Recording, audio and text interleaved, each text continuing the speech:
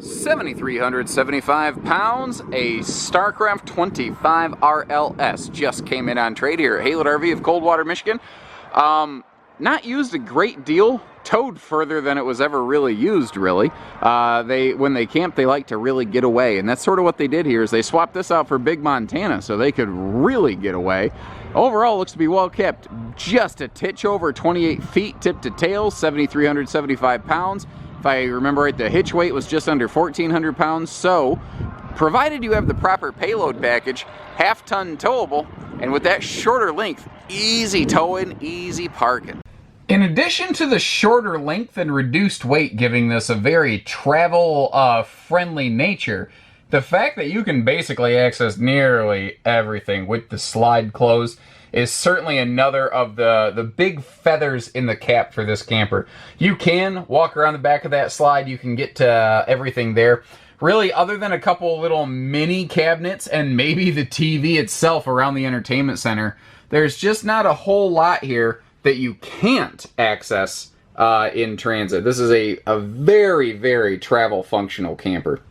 Now, this is one of Starcraft's more popular travel trailer floor plans. They just said, all right, well, you know, if we're killing with it, let's just adapt it to a fifth wheel. We'll give people that nice, big, open feeling. We'll keep all those nice windows, and it'll be a great little entry-level couples camper. And what's nice here is this one was built with a tri-fold hide-to-bed sleeper sofa in the back for guest sleeping capacity. So that does open up into adult-sized guest sleeper. But instead of just telling you about it, you know, we're watching a video. How about we actually open it up and you take a look? So in addition to that dinette folding down into a sleeper, you've got a adult-sized tri-fold upgrade here as compared to the standard jackknife or bifold sleeper sofa you would normally find in this program. Floor plan. Good Lord. Man, I've been talking about, doesn't matter, all day with people anyway. Now, above all that, what's kind of cool here is even though this RV is like smaller than a lot of 28, 30-foot rear living models, it actually has, in a lot of regards, a better kitchen than some of those bigger floor plans, especially the way they're able to wrap that extra cabinet space up above the rear sofa. Now, this is all pocket screwed cabinetry to help it hold together longer. It is basic. It's an entry-level camper, but that doesn't necessarily mean it has to be cheaply built. What I do like here, though, are those power outlets that are easy reach right there on either side of the sink or kitchen window. And you can see you've actually got a very respectable amount of prep space here. Now, in addition to that counter space, you've also got some, not like, holy cow, there's like 4,000 drawers, but intelligently placed, easy access, functional drawers right here. Another thing I want to kind of discuss real quick is the that little pocket of storage next to the sofa under that countertop. For some reason, a lot of people, and I think that these are people who rarely get off the computer and rarely actually get into these things and experience them in 3 dimensions. People will say, that's a stupid waste of countertop space next to the sofa, and you couldn't be further from wrong. It is 100% easily accessible. Everything's within arm's reach. It's the perfect place for things like a coffee maker, because we all need those magic tasty beans to make your brain go fast in the morning, am I right?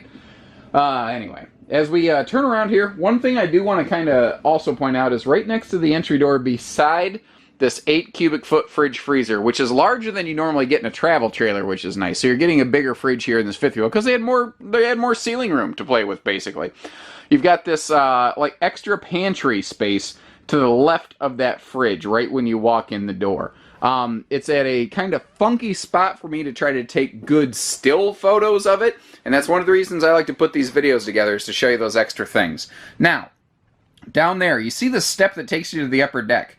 It's also doubling as a shoe garage, and if you take a look at what they did here with the upper deck step shoe garage, and then just a simple little padded seat next to the door, underneath a couple coat hooks to create sort of like a little boot bench in a way, you start to see how these guys are very good at making small amounts of dollars be very functional to a prospective owner.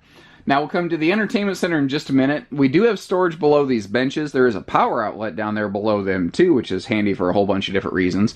And the exterior sidewall window there. That does open for airflow to give you some good cross breezes.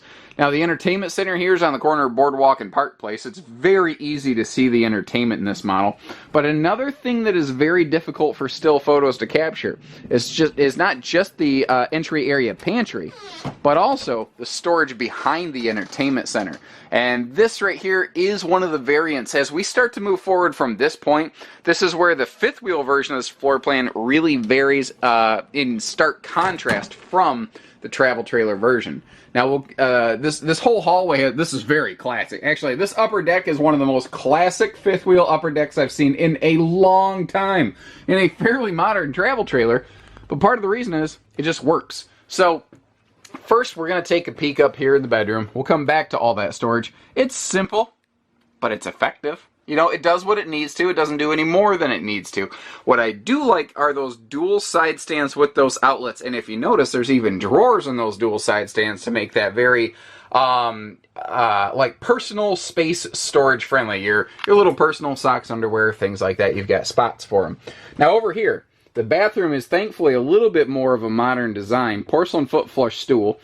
One of the things I like they did is that cutaway on the countertop right there. It gives you shoulder room so that if you are sitting on the stool taking care of business, well, you've got a place where, you know, your elbow isn't like, you know, smashed over into your lap or anything like that.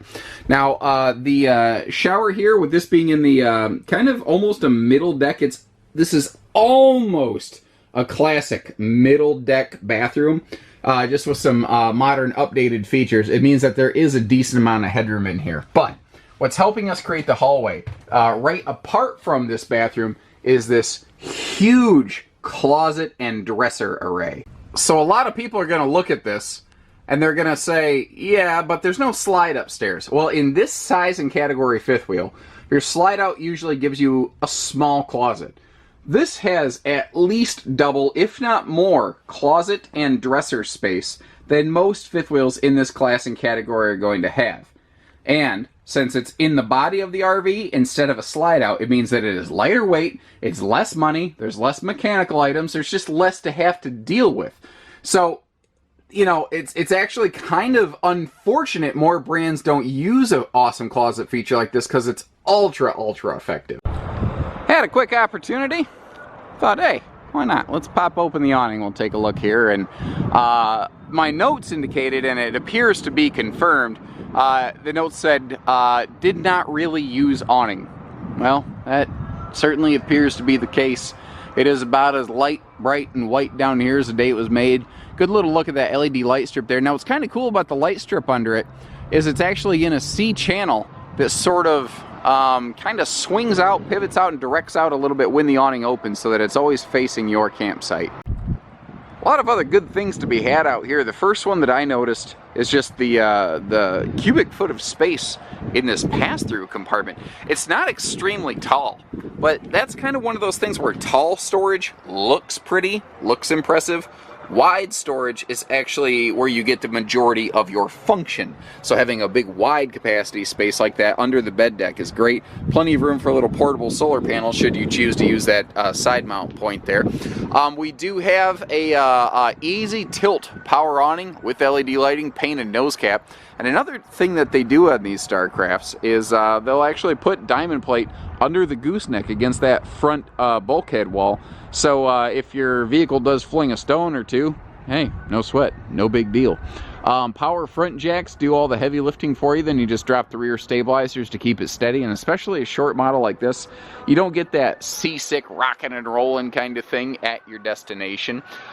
There's a little sticker by the door that says climate package because they all got something that says something like that, I suppose. But heated and enclosed belly for extended season use. You can see here we do have both a full outside utility shower. There is also a black tank flush point. It's funny, they put the sticker here, but it's behind the door. Normally you just wouldn't have that door all the way open and try to access that.